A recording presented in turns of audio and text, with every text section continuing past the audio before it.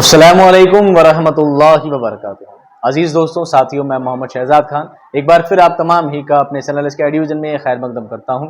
आप तमाम ही का तहे दिल से इस्तकबाल करता हूँ। उम्मीद करता हूँ आप तमाम ही खैर आफियत से होंगे और खुश खुर्रम ज़िंदगी गुजार रहे होंगे। जैसा कि दोस्तों, से पहले वाली वीडियो में हम मीर दर्द के बारे में उनके सवाना हयात पढ़ रहे थे। आज के इस वीडियो में हम पढ़ेंगे मीर दर्द की गज़लें। आपके निसाब में मीर दर्द की 2 गज़लें शामिल की गई हैं। गज़लें बहुत छोटी हैं, 5-5, 6-6 अशआर की है, ज़्यादा नहीं है। तो हम कोशिश ये करेंगे कि दोनों ही गज़लों को एक ही वीडियो में मर्ज कर लेंगे। आज के इस वीडियो में मैंने कुछ चीज़ों को थोड़ा मेंशन किया है, कुछ ज़्यादा ऐड किया है।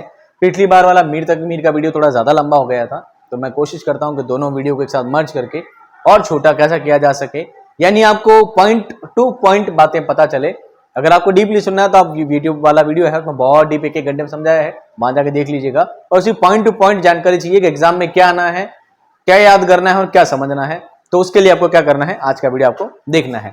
तो बात कर रहे हैं दोस्तों हम ख्वाजा मीर दर्द की गजल नंबर 1। गजल नंबर 1, 2 गजलें हैं। पहली गजल पढ़ेंगे, फिर दूसरी गजल पढ़ेंगे। मैंने इसमें नया आइडिया किया है, मैंने डायरेक्ट मीनिंग वगैरह डायरेक्ट लिख दिए हैं ताकि लिखते वक्त आपका टाइम जो थोड़ा सा टाइम लगता है वो भी ना लगे।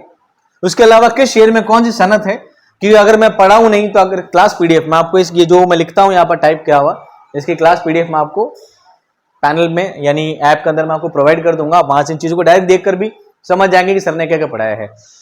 फिर मैं बता दूं आपको एक चीज और, कि मैंने पिछली बार बताया था कि एक शेर से, गजल के एक शेर से कितने सवाल बनते हैं? 5। कितने बनते हैं? 5। एक बनता है शायर का नाम, दूसरा बनता है मिसरा अव्वल मिसरा सानी, तीसरा बनता है मुश्किल अल्फाज, चौथा बनता है सनत के बारे में, और 5वां बनता है मुतरादिफ, वाही जमा, इस तरह के जो भी ग्रामर टाइप के जो वर्ड होते हैं वो सवाल बनते हैं। तो हम कोशिश करेंगे कि उन चीजों को मैं यहाँ पर हाईलाइट करता चलूं। पहली बात है शायर का नाम, मैंने यहाँ मेंशन कर दिया है, सवाल क्लियर आपका। मिसरा अव्वल मिसरा सानी दोनों आपके सामने लिखे हैं। जब गजल पढ़ेंगे तो आपको एक बार 2 बार रिपीट करने से गजल आपको याद हो ही जाएगी। नहीं भी याद हो तो आपको याद रखना है, ये खाना था खाना था खाना था खाना था, आना बाना ताना साना, जितने भी है ये सारी दर्द की गजल है। हालांकि मैं इसका मास्टर नोट्स बना के दूंगा मैं आपको लास्ट में एग्जाम टाइम में, ताकि आपको गजलें एक ही झटके में, एक पेपर की 10-12 लाइनों में आपको सारी गजलें एक बार में याद करा दूंगा। उसकी गारंटी मैं भी लेता हूं, ऐप में आपको बाद में करवा दूंगा। तीसरा सवाल बनता है इसका अल्फाज मानी के बारे में। मुश्किल अल्फाज मानी मैंने यहाँ लिख दिए हैं आपका टाइम बचाने के लिए। मुतरादिफ अल्फाज, मुतजाद अल्फाज, ऑपोजिट वर्ड, इस तरह की जो चीजें हैं वो मैं आपको यहाँ मेंशन कर दूंगा। और 5वां बनता है सनत, वो मैंने यहाँ पर टाइप कर दी है, यानी आपका टाइम मैंने ज्यादा चीजों के लिए बचा लिया है। 1-2 चीजें हैं, तशरीह से कोई सवाल बनता नहीं है, लेकिन तशरीह बताना थोड़ा बहुत मेरा फर्ज बनता है एज ए टीचर, एज आपका मेंटोर, तो मैं उस चीज को आपको यहाँ पे मेंशन करता चलूंगा। तो चलिए आज हम शुरू करते हैं मीर दर्द की गजल नंबर 1 का पहला शेर, जो क्या कहलाता है? मख्ता। क्या कहलाता है? मख्ता, सॉरी यार, मतला। मतला क्या कहलाता है? मतला, जहां से गजल क्या होती है? तुलू होती है। तो गजल का मतला देखिए, मदरसा या देर था, या काबा या बुतखाना था। मदरसा या देर था, या काबा या बुतखाना था, हम सभी मेहमान थे वहां, तू ही साहिब खाना था। मदरसा यानी मदरसा जहां बच्चे पढ़ाई करते हैं, देर यानी मंदिर, लिख दिया मैंने। बुतखाना, बुत कहते हैं दोस्तों मूर्ति को, बुत किसे कहते हैं? मूर्ति को, मुजस्समा। और बुतखाना वो जगह जहां पर मूर्ति रखी जाती है। हम सभी मेहमान थे, मेहमान आप जानते हैं, मेहमान मेजबान। और लास्ट में है साहिब खाना। साहिब खाना कहता है घर का मालिक, प्रॉपर किसी के हाउस का मालिक। हालांकि देखा जाए तो मेहमान और साहिब खाना, इस पूरे शेर की पहले तशरीह बताता हूं, फिर आपको बताता हूं सनद तजाद इसमें कैसे है और क्यों है। मदरसा था, देर था, काबा था, बुतखाना था। मैंने आपको पहले बताया था कि मीर दर्द की गजलें तसव्वुफ के रंग में भरी पड़ी हैं, तसव्वुफ के रंग से लबरेज हैं। तो मीर दर्द की जो गजलें हैं उनमें तसव्वुफ बहुत ज्यादा नजर आता है। यानी ये जो शेर है इसके हकीकी की मिसाल है कि अल्लाह ताला, ए खुदाए हकीकी, मैं बात करता हूं आपकी, कि मदरसा हो, चाहे देर हो, चाहे काबा हो, बुतखाना हो, जो भी जगह दुनिया में हो, जो भी जगह दुनिया में शामिल है, उन सभी जगहों में हम सभी सिर्फ मेहमान हैं। एक तू ही है जो साहिब खाना है, तू ही है जो इस दुनिया का मालिक है, हकीकी है। हर जगह का तू ही मालिक है, तू ही मुस्तकिल, तू परमानेंट, तू अजल से अबद तक, तू हमेशा हमेशा के लिए है। और हम सभी क्या है? मेहमान है। हम इस दुनिया में क्या है, मेहमान है, 4 दिन के लिए आए हैं, कल हमारी मौत हो जाएगी, फौत हो जाएंगे और कल हम मर जाएंगे। यानी ये दुनिया हमारे लिए एक मेहमान खाना है और तू इसका साहिब खाना है, तू हमेशा यहाँ रहने वाला है, तो हमेशा यहाँ रहने वाला है। ये दुनिया का जो भी निज़ाम है, चाहे वो मंदिर है, मदरसा है, देर है, बुतखाना है, काबा है, ये सब तेरे बनाए हुए हैं। ये हर चीज, हर शय में तू ही शामिल है। अब ये इंसानों का नजरिया है कि किसी ने उसको ऐसे देखा, किसी ने वैसे देखा। खुदाए बरहक सिर्फ एक है। अब कोई से काबा जाकर कोई से काबा जाकर इबादत करता है, तो कोई मंदिर जाकर उसकी इबादत करता है। ये लोगों का अलग अलग कॉन्सेप्ट है। अब बात करते हैं दोस्तों सनाअत तजाद के बारे में। मैं इसको थोड़ा ग्रीन कर देता हूं। सबसे पहला वर्ड दोस्तों मदरसा। क्या है? मदरसा, जहां पर दीनी तालीम दी जाती है।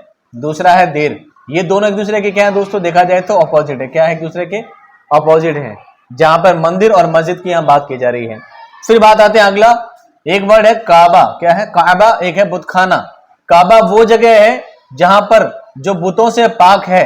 काबा एक ऐसी जगह है जो बुतों से, मूर्ति से पाक है, जहां पर कोई भी मूर्ति वगैरह नहीं है।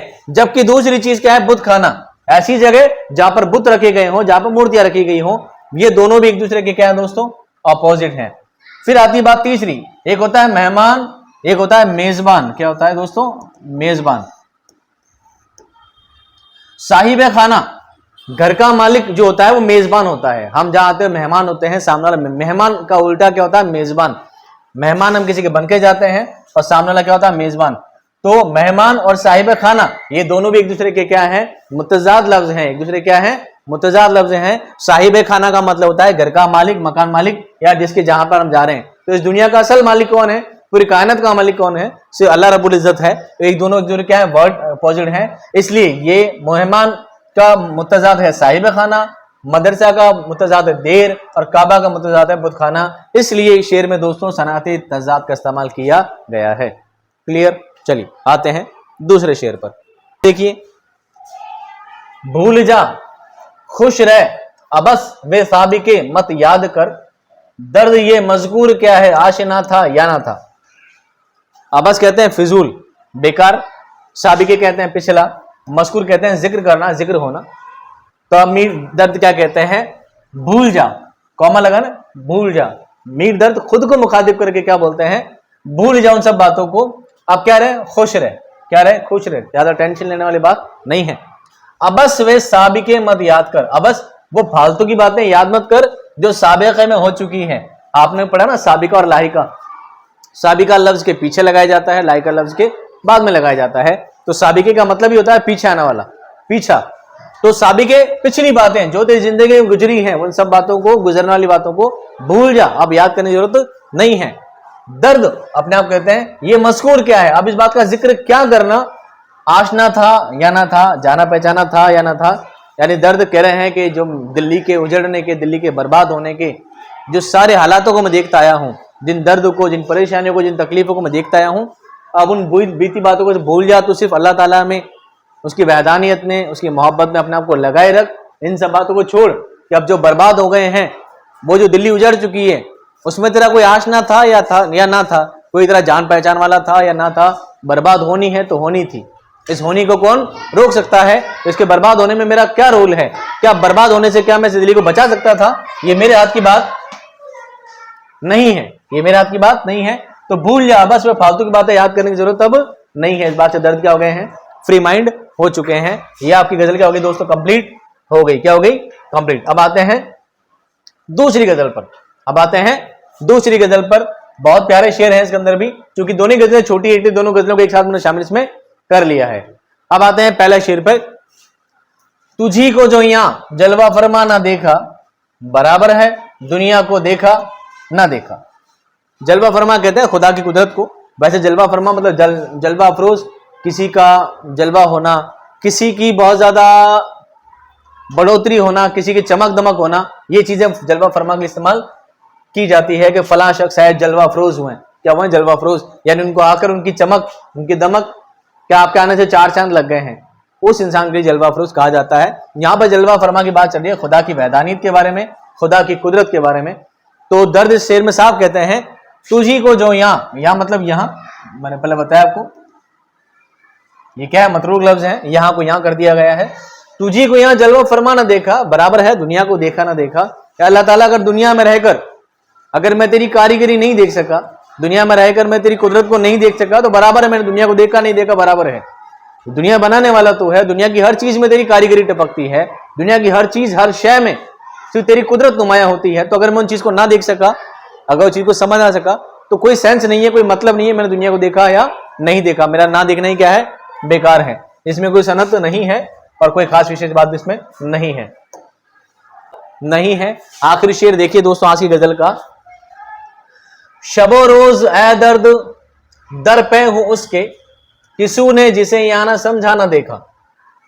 अब एक लफ्ज आया है शबो रोज, शब यानी रात, रोज यानी दिन। ये दोनों एक दूसरे के क्या है, ऑपोजिट हैं, मुतजाद हैं। इसलिए शेर में कौन सी सनत का इस्तेमाल किया गया है, सनते तजाद का। किसका, सनते तजाद का। शबो रोज ए दर्द दर पे, ये पूरा वर्ड है दर पे, क्या है, दर पे हूं उसके।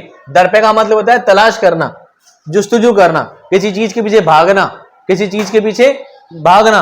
तो शबो रोज दिन रात किसी चीज के पीछे भागता जा रहा हूं, दर्द उसके पीछे भाग रहा हूं। किसके पीछे, किसू ने जिसे, ये किसू वापस आ गया। ये क्या है दोस्तों, मतरूक लफ्ज है। और किसू का लफ्ज क्या है, किसी, क्या है, किसी। किसी ने जिसे यहां पर ना तो देखा है और ना ही समझा है, और असल में वो कौन है, खुदा की जात। क्या है, असल में क्या है, वो खुदा की जात है, जिसे किसी ने यहाँ ना देखा और ना ही समझा। मैं उस चीज की तलाश में दिन रात क्या कर रहा हूं, भाग रहा हूं, दिन रात भागा फिर रहा हूं। और असल में एक दिन मैं खुदा की वहदानियत को, खुदा की कुदरत को, खुदा के फैज़ को एक दिन हासिल कर लूंगा। ये शायर की क्या है, कोशिश है। मैं उम्मीद करता हूं ये सारी गजल आपके समझ में आ गई होगी। मीर दर्द की दोनों ही गजल आपके इस वीडियो में मैंने शामिल कर ली है। दोनों ही गजलें छोटी थी। नेक्स्ट वीडियो में हम फिर कोई नए शायर को, उनकी सवाना हयात को, उनकी गजल को लेकर आएंगे। मैं मिलता हूँ नेक्स्ट क्लास में एक शानदार एक्सप्लेनेशन के साथ। इस वीडियो में कोई बात कहनी हो, कुछ भी प्रॉब्लम हो, तो ज्यादा चीजें आपको ई नोट्स में मिल जाएगी, नोट्स में आप पढ़ लीजिएगा। मिलता हूँ नेक्स्ट क्लास में बहुत जल्द। तब तक खुश रहिए, आबाद रहिए। खुदा हाफिज।